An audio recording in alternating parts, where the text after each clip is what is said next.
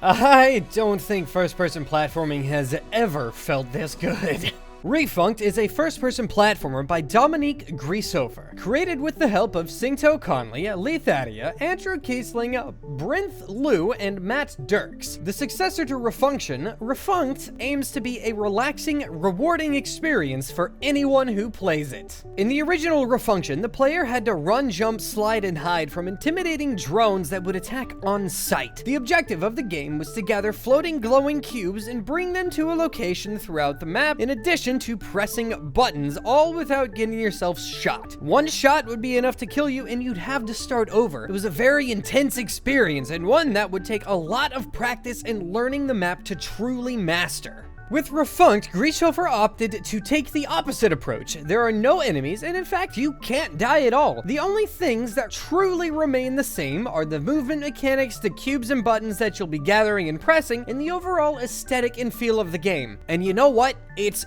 brilliant. Refunct starts with you on a platform floating in the middle of a body of water, likely in the middle of an ocean or even some far-off flooded world, but I digress. You start on a platform adjacent to some pillars, and while the game doesn't have a tutorial, the idea is fairly easy to pick up. Eventually, you'll realize that you can jump and climb, and you'll step on the next platform to find that a chime rings, and the once concrete pillar now has a lush green top and earthy sides. As you continue to climb around, you'll reach a button with a beam of light shooting straight up out of it. When you press it, more pillars will rise and the game really begins. I think the reason I like Refunct so much is that its simple goals and design allow for pretty much anyone to pick it up, learn it, and complete it in a single sitting without feeling too let down or getting frustrated. In fact, as soon as I finished, I started right over from the beginning to see if I could improve my time. And then I did it again.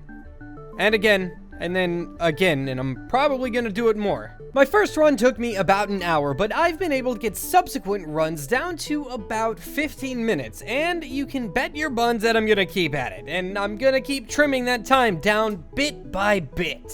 And that leads me into another point. I feel that due to Refunct's simple nature, it's a strong candidate for speedrunners. It's such a straightforward experience that after a few runs, I feel players could really start finding ways to trim minutes and seconds off of their time to completion. There's no timer in game, and I feel like adding one would be a great nod to people who want to do that, but it's easy enough to keep time externally. The new pillars that each button brings forth from the briny depths are in set locations, so in your first few runs, you'll need to look around and figure out exactly where they are. This leads to exploration in the cases where your button is near the water, and when you're higher up, you're treated to a great view and you can roughly plan out your route. In fact, I've often found myself climbing to a high point to survey my surroundings and figure out where I need to go next when I get mixed up. Refunct's visuals are best described as simple, but don't you dare begin to think that's a strike against it. There's an excellent use of color to create a sense of focus. It's easy to tell what platforms you haven't stood on yet and which ones you have, and because of this, it's very easy to tell where you need to go next. The pillars of light that shoot straight up from each button contrast pretty well with the blue sky, but there are times during the day, like in the early mornings, when everything is hazy and bright where it's harder to see. I feel like if the visuals and textures were any more detailed, it may become too noisy and end up distracting from the overall feel that Refunct currently has going for it. Lastly, the music. Kristofferson's sounds are a perfect match for the feel of Refunct, on top of just being masterfully put together in general. I firmly believe that soundtrack is a huge part to any game, and I doubly firmly believe that the right choice was made when it comes to Refuncts. Refunct is about $3 on Steam. While a single run-through of the game is fairly short, I feel that the final product is entirely worth it. If you're at all into platforming and want something relaxing that you can knock out in a single sitting and then make your friends play, or,